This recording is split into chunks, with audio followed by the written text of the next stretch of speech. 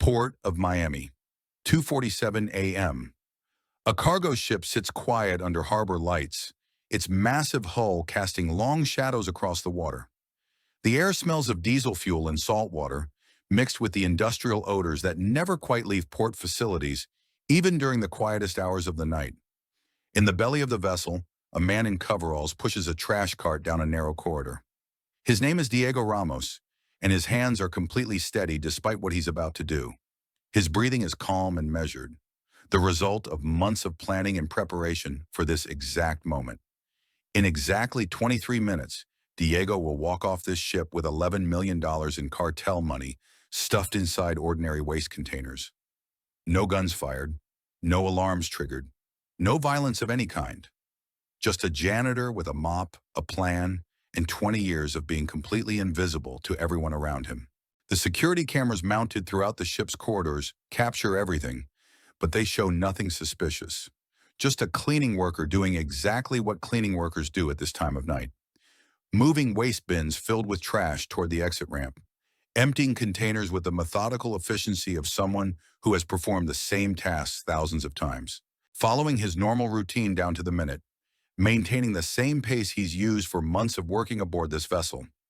The armed guards at the checkpoint barely lift their eyes from their phones as Diego approaches with 3 sealed waste containers, each one weighing significantly more than it should.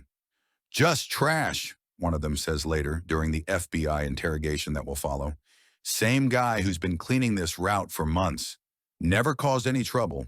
Never gave us a reason to look twice." They had absolutely no idea that those ordinary-looking bins contain more money than most people see in 10 lifetimes combined. The theft itself takes less than 18 minutes from start to finish.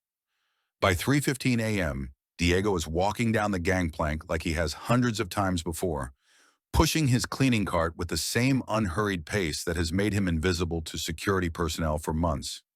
By 3:30 a.m., he's driving north on I-95 in a rented van, taking a deliberately circuitous route toward the Mexican border while police officers throughout Miami continue their normal patrols, completely unaware that the largest theft in maritime history has just occurred at their city's primary port facility.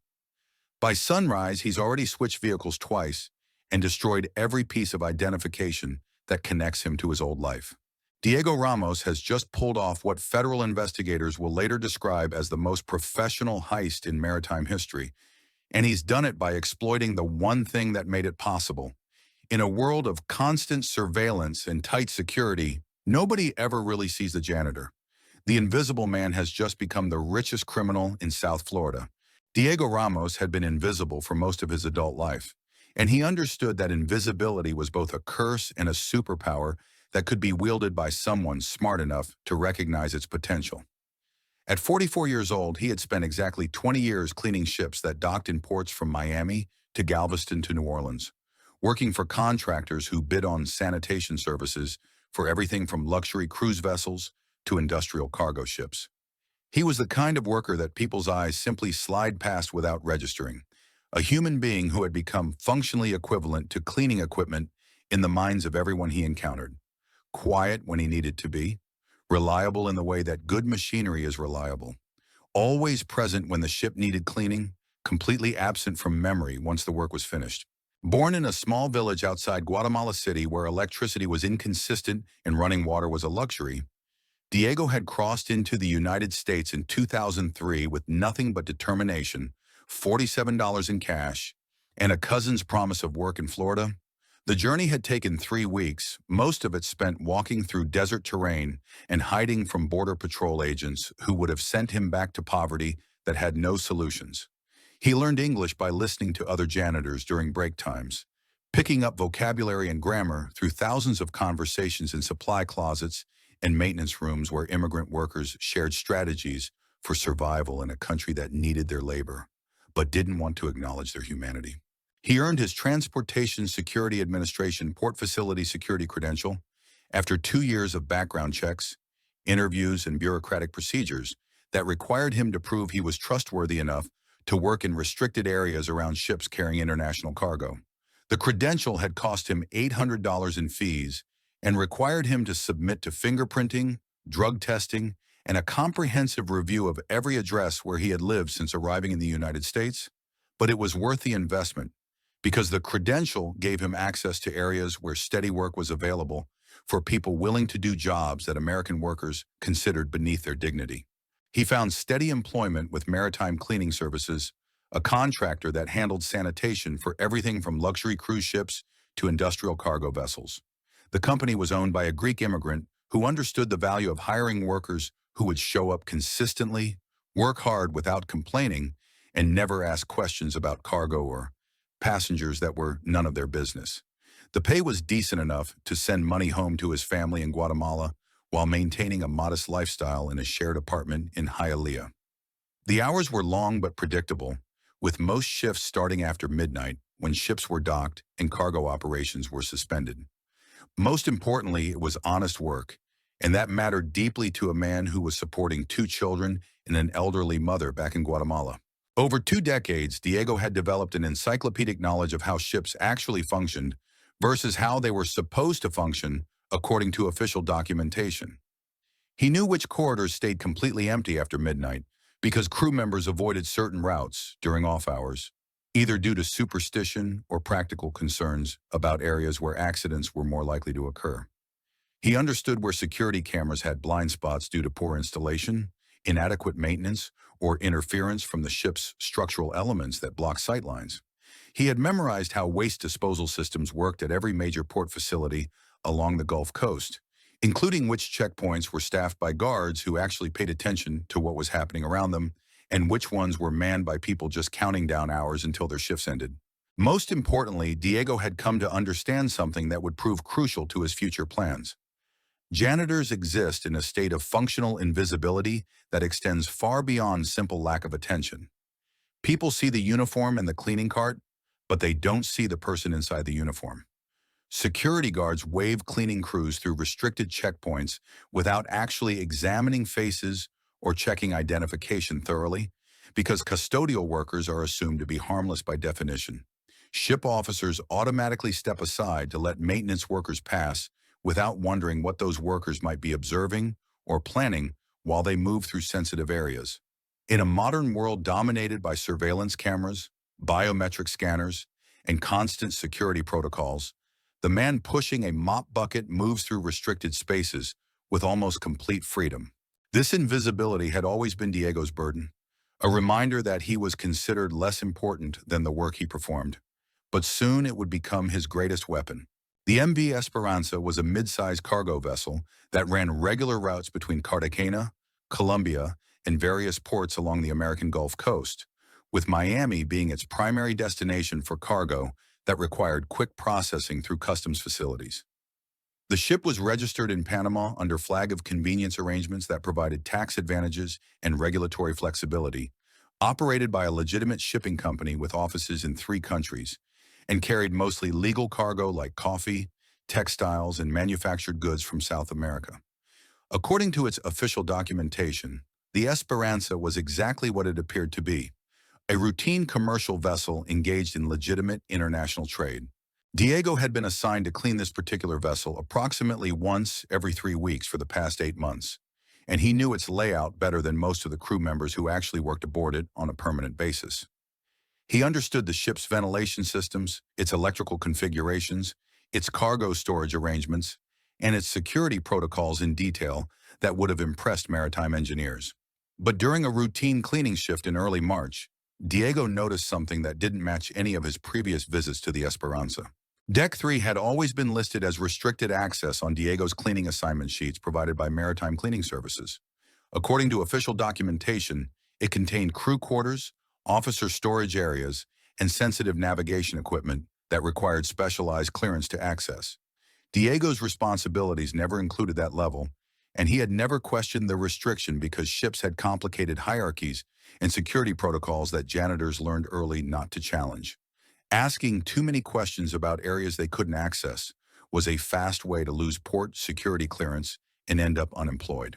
But on March 12th, while Diego was cleaning the main corridor that connected to the Deck 3 access stairway, he witnessed something that made him pay much closer attention to that restricted area and begin questioning assumptions he had accepted without investigation. Two men were carrying sealed wooden crates down to Deck 3, moving with the careful precision of professionals handling valuable cargo. The crates were roughly the size of large suitcases, marked with official-looking stamps and shipping labels that read industrial equipment, fragile, handle with care.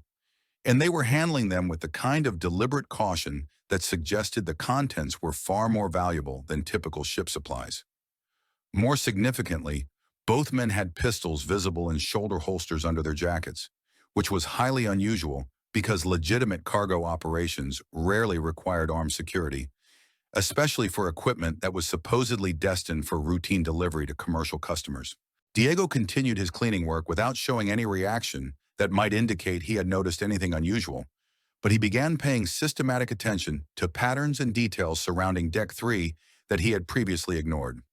Over the next several weeks, he observed that the same two armed men appeared on the ship during specific voyages, always when the Esperanza was returning from Colombia to Miami, never during outbound trips when the ship was carrying legitimate export cargo to South America. They maintained a constant presence near the Deck 3 access point, working in 12-hour shifts with military precision, and they treated that area like it contained something that required professional security rather than routine cargo handling. During a cigarette break in late March, Diego positioned himself near a ventilation grate where conversations from Deck 3 carried clearly through the ship's air circulation system.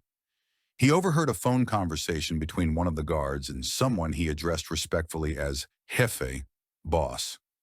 The conversation was conducted in Spanish, with the guard apparently assuming that no one nearby would understand Colombian dialect or pay attention to what seemed like routine communication.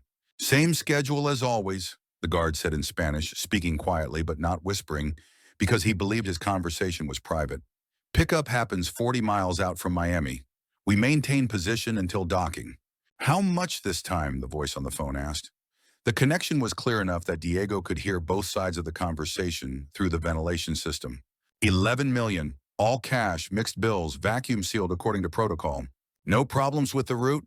Clean as always. Nobody pays attention to maintenance workers. Diego's hands continued emptying a nearby waste container without any change in rhythm or pace, but his mind was suddenly racing with possibilities he had never considered before.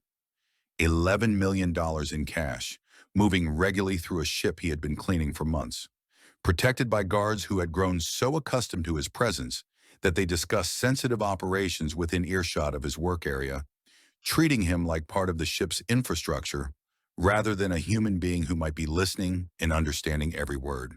That night, Diego lay awake in his small apartment in Hialeah, staring at the ceiling while his mind calculated numbers that could change everything about his life and his family's future. His daughter Maria needed surgery to correct a heart defect that his insurance wouldn't fully cover, leaving him with medical bills that would take years to pay off. His son Carlos had been accepted to engineering school at the University of Miami, but couldn't afford the tuition without loans that would burden him for decades. His mother's medications for diabetes and high blood pressure cost more each month than Diego earned in a week of cleaning ships. $11 million would solve every financial problem his family had ever faced, with enough left over to ensure they never face those problems again. But more than the money itself, Diego realized something that would prove to be the foundation for everything that followed.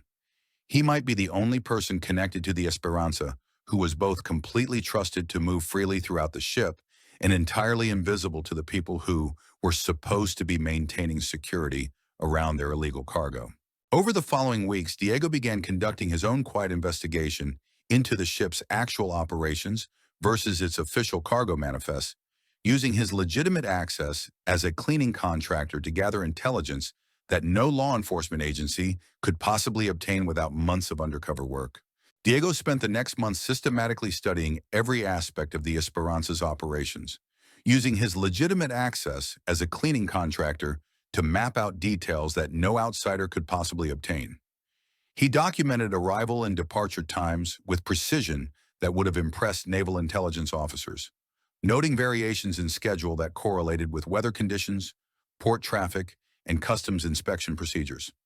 He memorized crew rotation schedules, security protocols, maintenance requirements, and most importantly, the specific patterns surrounding the mysterious Deck 3 operations that seemed to operate according to rules completely separate from the ship's legitimate cargo handling. The ship maintained a precise schedule between Cartagena and Miami, with a complete round trip taking exactly 18 days under normal weather conditions. Outbound voyages carried legitimate cargo like coffee beans, cut flowers, textiles, and manufactured goods that were properly documented and inspected by customs authorities at both ends of the journey. But during the return journey, something additional was loaded aboard during nighttime operations that took place approximately 40 miles offshore from Miami, well outside territorial waters, where Coast Guard patrols were less frequent and international maritime law provided cover for activities that might not survive scrutiny in American waters. Diego confirmed through careful observation that the cash pickup always occurred during the same phase of each return voyage, following a schedule that was precisely coordinated with other elements of what was obviously a sophisticated smuggling operation. The Esperanza would slow to a near stop in the international waters during the darkest hours of night, where it would rendezvous with a smaller vessel that approached without running lights and maintained radio silence throughout the transfer operation. The handoff took less than 30 minutes, with wooden crates being moved from the smaller boat directly to Deck 3 through a cargo hatch that was normally sealed during routine operations. The money remained in a hidden compartment on Deck 3 for exactly 67 hours, from pickup to delivery in Miami. During that time, it was guarded continuously by two armed men who worked 12-hour shifts with military discipline and attention to detail. Diego learned their names by listening to radio communications and observing their interaction patterns: Carlos and Miguel. They were professionals who took their responsibilities seriously, maintained physical fitness that suggested military or law enforcement backgrounds, and followed security protocols that were clearly established through extensive experience with similar operations. But they had one crucial vulnerability that Diego began to exploit for intelligence purposes. Both guards had completely stopped noticing his presence during the months he had been cleaning the ship. Both guards maintained the same routine during every voyage, following patterns that had become so automatic they no longer questioned the wisdom of their established procedures. They would leave their post for exactly 15 minutes at 3 a.m. to smoke cigarettes on the upper deck, because maritime safety regulations prohibited smoking anywhere near cargo storage areas where fuel vapors or other combustible materials might create fire hazards. During those 15 minutes, Deck 3 was completely unguarded while they climbed 2 levels to reach an authorized smoking area that was equipped with proper ventilation and fire suppression systems. Diego had observed this routine during 3 separate voyages, and the timing never varied by more than 2 or 3 minutes. Carlos and Miguel were disciplined about maintaining security, but they were also creatures of habit who had grown comfortable with their assignment over months of repetition without incident. More importantly, Diego realized that both guards had completely stopped noticing his presence during his regular cleaning shifts. He moved freely through corridors adjacent to their post, emptied waste containers near their position, and performed maintenance tasks that brought him within a few feet of the Deck 3 access point. To Carlos and Miguel, Diego had become part of the ship's background environment, as invisible and harmless as the ventilation system or the emergency lighting. This gave Diego an unprecedented opportunity to study the security measures protecting $11 million in cartel money, and he began developing plans that would exploit weaknesses that the guards didn't even realize existed. The hidden compartment itself was located behind a false wall that appeared to be part of the ship's original construction, camouflaged so effectively that it would escape detection during routine inspections by port authorities or Coast Guard personnel. It was secured with 2 high-quality padlocks that appeared to be standard maritime security equipment, but the locks were accessible through a maintenance panel that Diego could reach during his normal cleaning duties without attracting attention from anyone who might be monitoring his activities. The compartment was large enough to hold approximately 6 wooden crates, each one containing roughly $1.8 million in mixed bills that had been vacuum-sealed in plastic and wrapped in waterproof canvas, according to professional smuggling protocols designed to protect currency during extended periods of storage in maritime conditions. Diego estimated that the total capacity of the hidden space was sufficient to hold $15 to $20 million, suggesting that the $11 million shipments he had observed represented only a portion of the cartel's regular cash transportation operations. Diego spent weeks researching lock-picking techniques using internet videos, instructional materials, and practice locks purchased with cash from different stores across Miami to avoid creating patterns that might be noticed by anyone monitoring his activities. He discovered that the specific model of padlocks used on the compartment could be opened in less than 60 seconds by someone with the right tools and sufficient practice. He bought the necessary equipment from a locksmith supply company, paying cash and using a fake name to avoid creating any paper trail that could later connect him to burglary tools. But the technical aspects of accessing the money were only part of Diego's challenge. The real problem was removing $11 million from a heavily monitored port facility without triggering any of the multiple security systems designed to prevent exactly that kind of theft. Port of Miami employed hundreds of security personnel, maintained extensive surveillance networks, and operated according to federal regulations that required detailed documentation of all cargo movements. Getting the money out of the ship would require a plan that exploited weaknesses in security protocols that even the people responsible for maintaining those protocols might not fully understand. Diego's solution was elegantly simple and virtually undetectable. He would hide the money inside legitimate waste removal operations that happened during every cleaning shift. Diego's strategy exploited a fundamental weakness in port security protocols that he had observed over 20 years of working in maritime facilities throughout the Gulf Coast. Security personnel are trained to look for people trying to smuggle contraband into restricted areas, not people trying to remove things that are already inside those areas. Waste removal operations are considered routine and low risk because nobody assumes that valuable cargo would be disposed of as trash. The entire security apparatus is designed to prevent infiltration, not exfiltration, creating blind spots that could be exploited by someone with the right access and knowledge. Diego would steal the money during the 15-minute window when both guards left their post for cigarettes, a vulnerability that existed because even professional criminals develop habits that can be predicted and exploited. He would load cash into modified waste containers, cover it with legitimate trash from his cleaning rounds throughout the ship, and wheel it off the vessel during normal port operations using his established credentials and security clearance that had been verified through months of routine work. The entire operation would look exactly like waste disposal that happened after every cleaning shift, indistinguishable from legitimate activities that security personnel had observed hundreds of times. The beauty of this approach was that Diego's port security clearance allowed unrestricted movement through Miami's facilities with cleaning equipment that was rarely subjected to detailed inspection. Guards who had seen him hundreds of times would wave him through checkpoints without conducting searches of waste containers that appeared to contain ordinary trash from ship sanitation operations. Even if someone became suspicious later, the money would be long gone before anyone thought to examine waste disposal procedures that were considered completely routine. Diego began acquiring the specialized equipment he would need for the operation, making purchases at different locations, and using cash to avoid creating records that could later be traced back to him.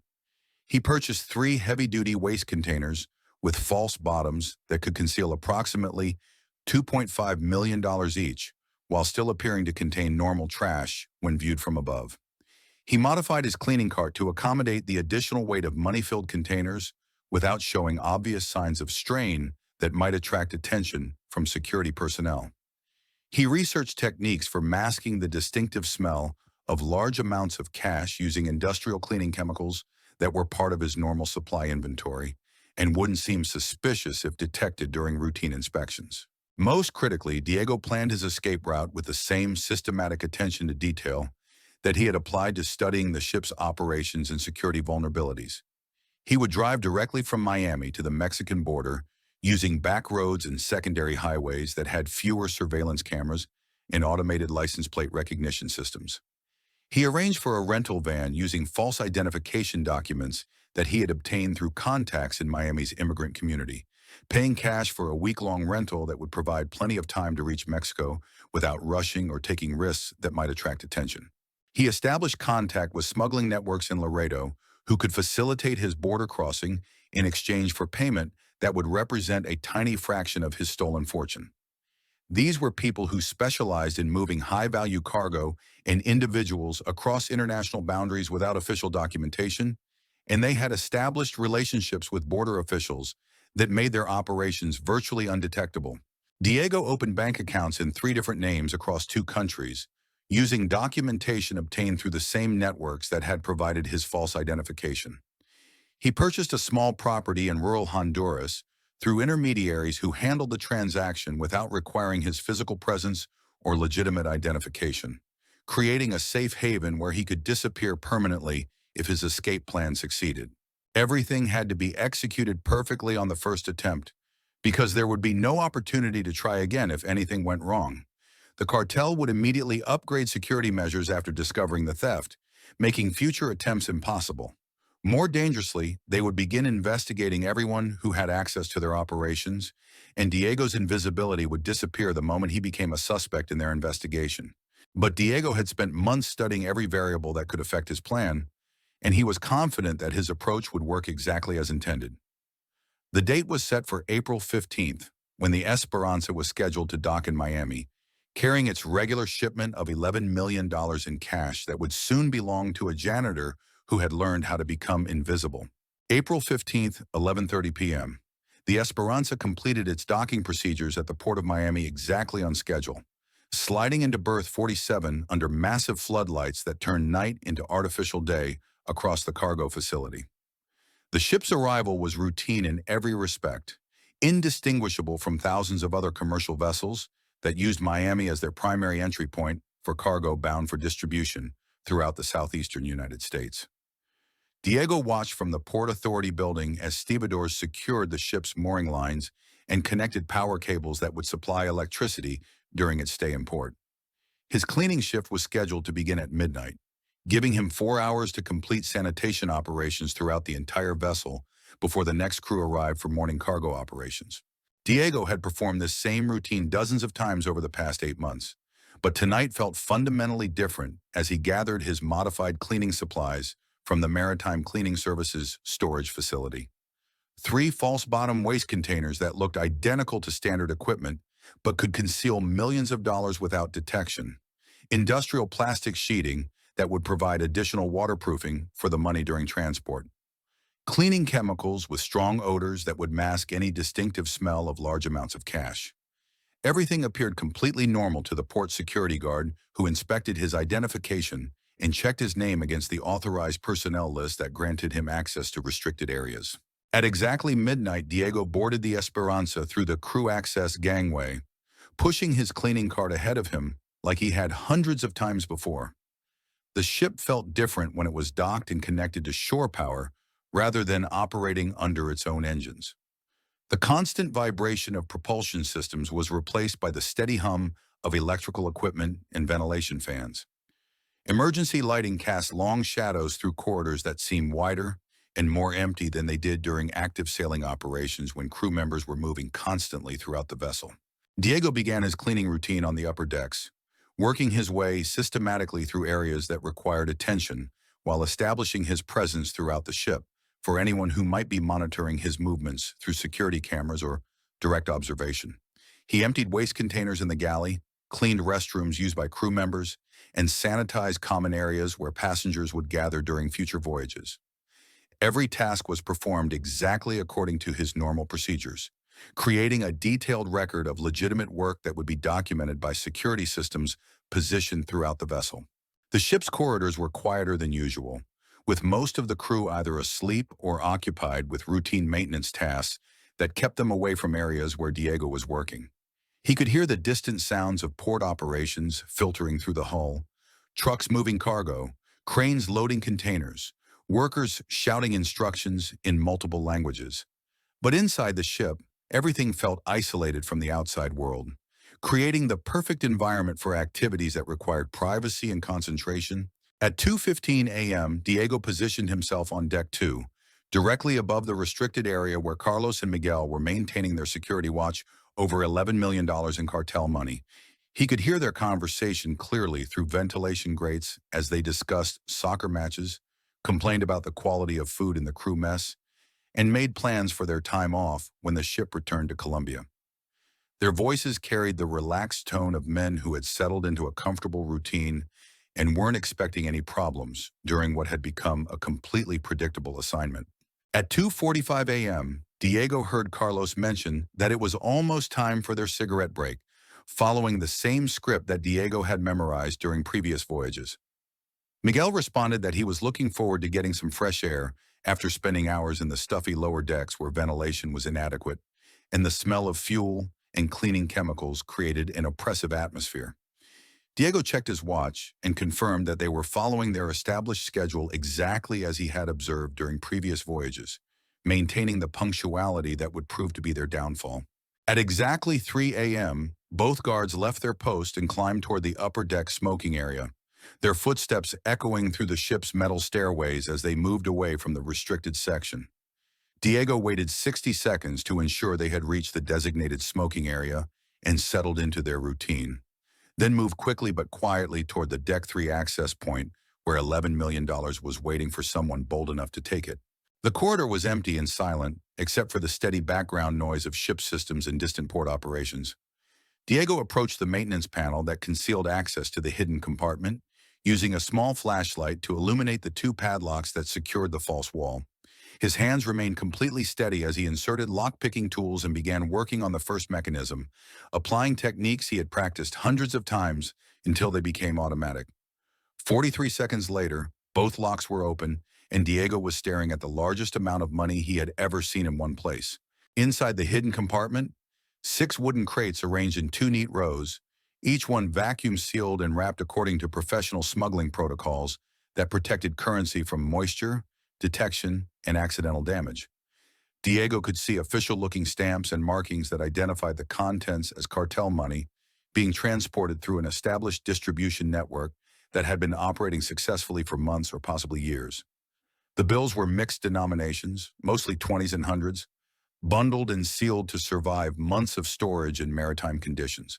Diego loaded 3 crates into his false bottom waste containers, working quickly but methodically to ensure that each container was properly sealed and balanced for transport.